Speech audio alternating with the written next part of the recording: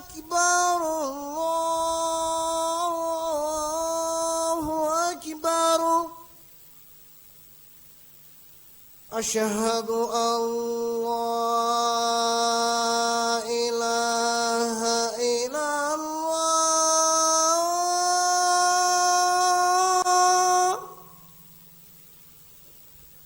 أشهد أن لا إله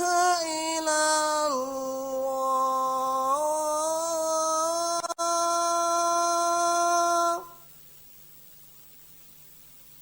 أشهد أن محمدا رسول الله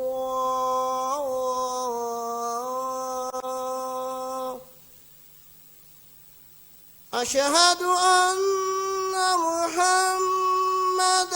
رسول الله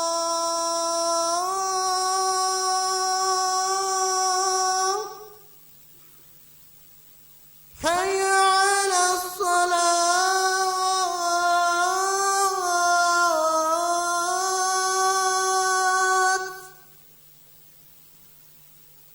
أشهد أن لا إله إلا الله وحده لا شريك له وأشهد أن محمدا عبده ورسوله أما بعد فأعوذ بالله من الشيطان الرجيم بسم الله الرحمن الرحيم الحمد لله رب العالمين الرحمن الرحيم مالك يوم الدين إياك نعبد وإياك نستعين اهدنا الصراط المستقيم صراط الذين أنعمت عليهم غير المغضوب عليهم ولا الضالين إن الله وملائكته يصلون على النبي أمي الله سبحانه وتعالى تنو أمغا شيرا وكرا فافو أدم دي مانغي تيدا دوغلا فوي كليني بيان كانو كما فناكر علي ودي لا إله إلا الله محمد صلى الله عليه وسلم عليه على كتشيدنيا كان أدم دي سيغرما بيمو كان ولا دنيا ودكونا الله سبحانه وتعالى كان جيسوكي لما مبلينغلو وكما neman barka amo ñini ala fe ko ka ala kira ka anaka sahaba anaka sodungaw ala kira ka sahaba an mam ñu seda usinana salatu ke kun olu ye kadaka yala kira sena bulu ka bara deke ala kira ma se aka sahaba shima se yanno nga la ilaha illallah muhammadur rasulullah ajiri turula chogodi do yake o minu yake yala kira bulu ka bara ka ya se ka bara ke o kuma de ji bora ngolo ka seni bulu ba tasro salatu atwari sahaba ka salatu sarara fle wa anga chorba ka salatu sarara fle la ilaha illallah muhammadun rasulullah nama fo bagara ma fo shaga okmana ala kira ma minye ale ka bar mi na ala ya abdallah kana iyo ke yoro me yala kira sina bulu ka barar ge okma salatu mi kala ka bi tasro no boray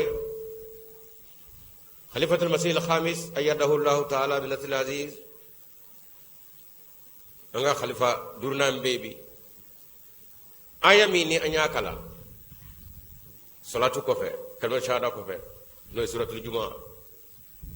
ni ala ko ne de muhammadu ci kana ku fi un jela aka ulla duniya ku saniya tabulo ala do tabulo limaniya tabulo ko jira ulula nga cena ko biga wati me asrat to te kula nalumaya kodomaliya wala jugu u tabulo ko garo ye fo to ke feñ mañu fo to ko fen mañu bulu onga muhammad nana mige ka ulla duniya doni fo tara u bulu bo o deli ko juguma nununa kana yela ma falay take adama de nyumay ka bo adama de ka nyumanyala katbe kata fonye fe kata kembele ka doy do rut toray olu ye mele ka udan katme fo kata se yoro la toy mele ka tsaka se yoro mi jeni u sama kata muhammadur rasulullah sallallahu alaihi wasallam ko kamo nala kirako ne ko mi aljina yala nga nyaye ndara ngomi tala jina so fa nyala nya soro blali se manga benye blali se manga ben muhammadu nyay ala ka blali nyinga akra chodi mo ne bi ni ala che kayne alaka teriya ko yakuba kasirmo ne ba fo mido aljina dawda fe ko yala ko la halado mitasro ese manga be nyei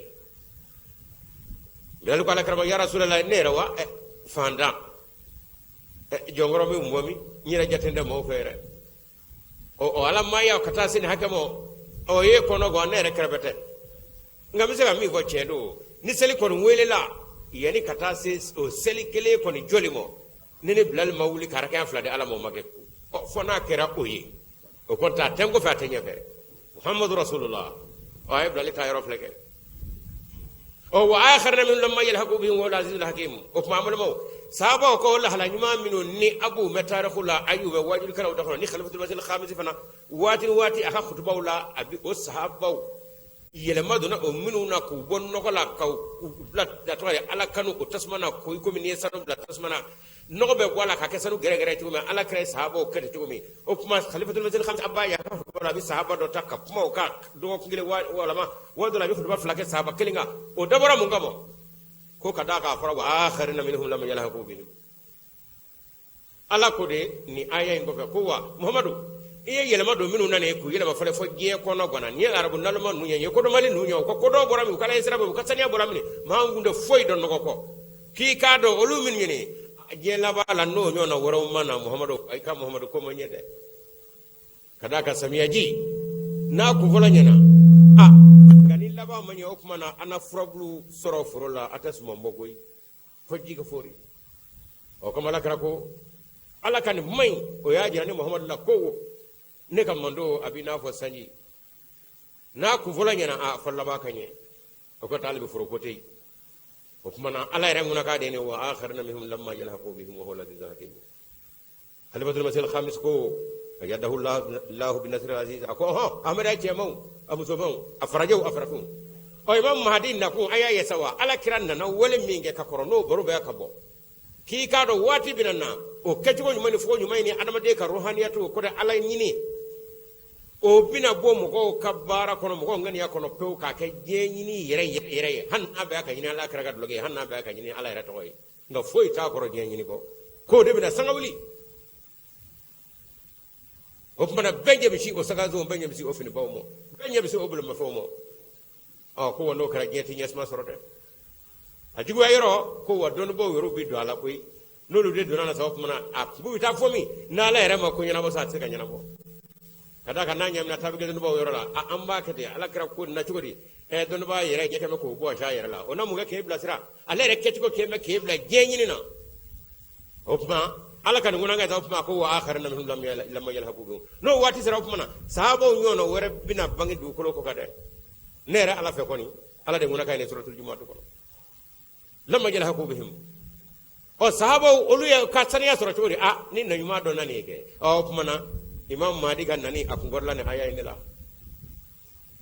iko ma korla ku atoda kure toray o ko ma abu hurayta nyini galke man hum ya rasulullah jenu nyoyi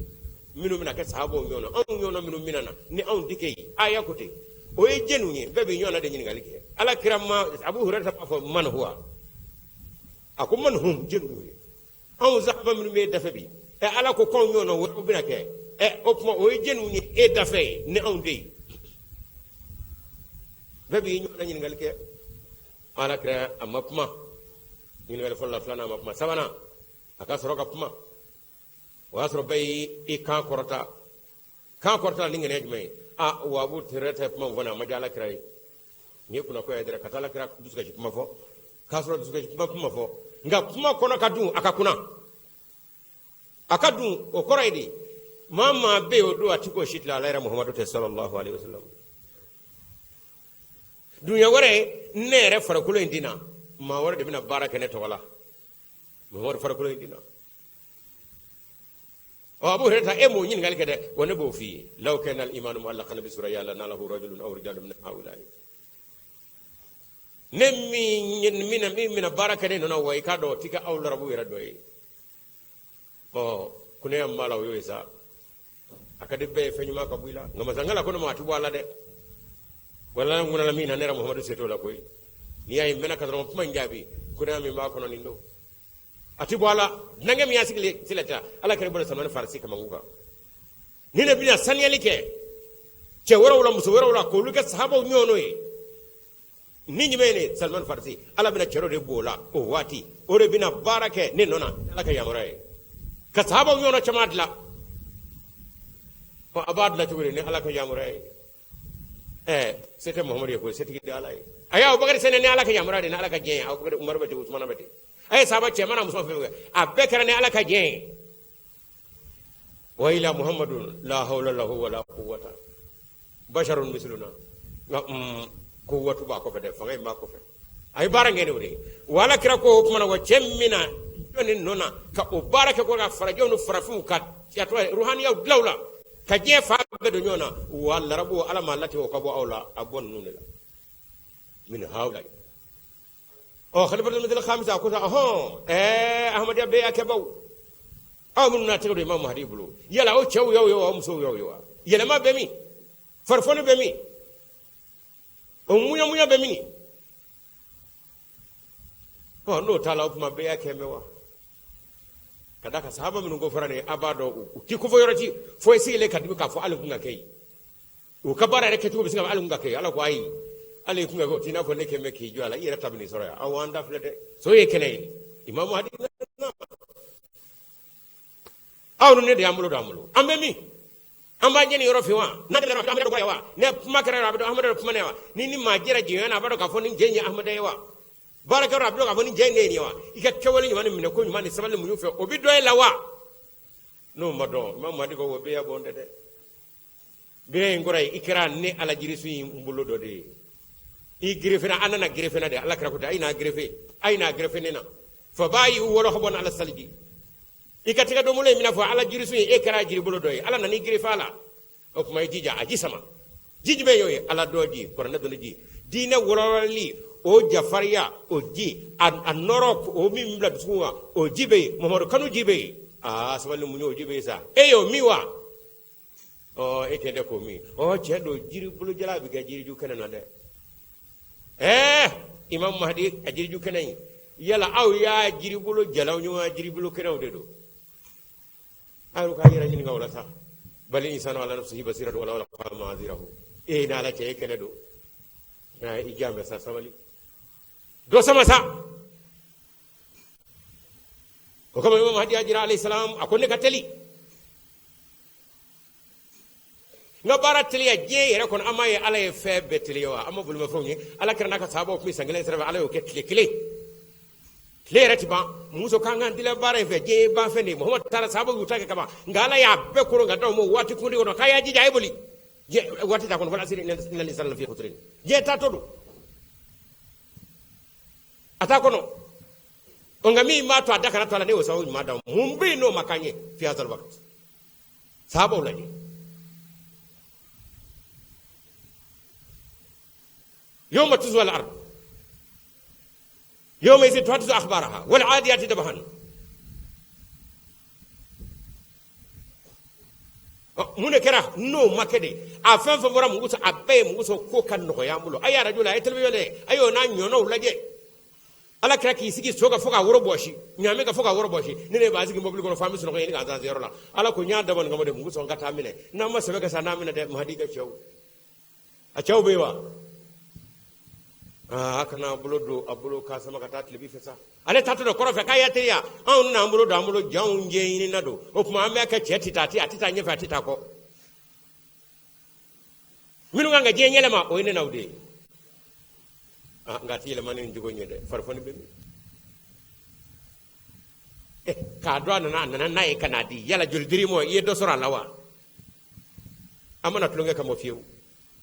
o ma khalifatul mazil khamisa ko kuma na jenma bami ni ala kra yo do sabawla saba jume larabu tulok brew larabu ndalmo larabu ma falo larabu jina klaw abe nibi ni dine seka o ma kele yelemo o dromina o drogu tala o padi kwali ni dine masogo yelema go kuma na imam mari danami ruhaniya memi o ko woto qadisiya be mini halbatul masal khamta kay ni ngalido kedo anye dalu jo moka isa sara no ma be era bewa isa sara era sarawa on isa sara sara mama ede kanga nyina ma sa isa sara chedo jenne nyina muhammadu rasulullah sallallahu alaihi wasallam alaka ruhaniyatu jari la yawmil qiyamati o kuma na mama hadina nan do de afana kabli ka ko ngofa akana ka jirba jalum yenena ay ka jirbulo kanawi mo ko do asmana mo ko ka modu ayadi mo ko mo atamato asigle afora mo akerana monati kuila kabini tega do imam hadi bulo wa ito yele mono do ku ito yesunugu nyamangolo ahmada be to de ambe nyamangolo na ya sura to be lan je tisa ka kila ka fimo wo ite nyamangolo nyede ala kra ko nyamangolo ne abe foma be kala ngala bana jimena be ko la ilaha illallah muhammadur rasulullah sallallahu alaihi wasallam ala madini kama la harakana abi kuraw de wuli aka donga fonni ala tatiba nem ye kolo nyela makun ko kate nyumawni wa ala kele de bay ay ni soja ko wati be faraun wa akharum lamma yalhaqu bi zalik fadu la yuti man yasha kuna ala ka fasama do ma no enjapia larabo ay ni je ni dira farisi kamo rajul aw rijalun ala karabe ko watna chekle mo koy aw kuma يولد له كثر غفظا إمام الدرب ولد يولد له ولا ياباه مسلم مودو كثر غفو ngala kra dia fo kamna mana abina de soro bi kapata sanay ok mana ni awnana anyira soro o kene ko le kono kuna jakene mi fora ka koro ala ay do nga nyon digamina say do nga nyon ladi ay do nga farfoni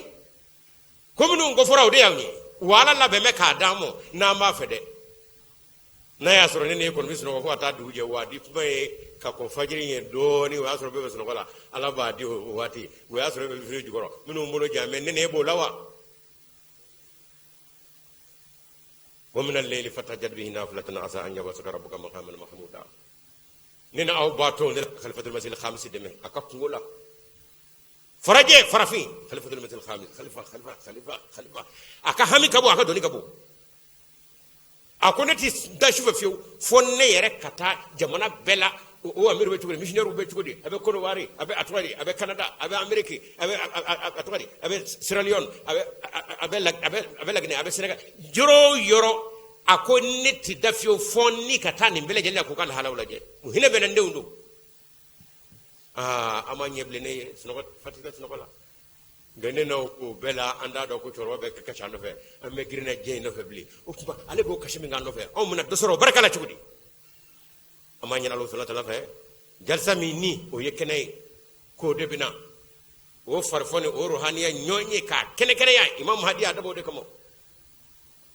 anana ni ne kamo wa jalsa in fana dabora de mugo so kuma no o nyondo o ruhaniya soro nyobe o farfon do nyobe ka to do ta o farfon no ruhaniya tula o kudusina ka wuli ka tay ka dugula ko gura yani ko ba sa wara be se o kuma mina kura ko gura daboro de kamo ya rabbi alako o nyene na o belegele mugo so amike khalifatul masjid al-khamisi dogo ye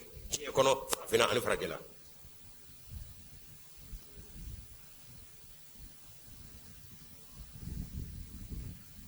الحمد لله نحمده ونستعينه ونستغفره ونؤمن به ونتوكل عليه نعوذ بالله من شرور أنفسنا ومن سيئات أعمالنا من يهده الله فلا مضل له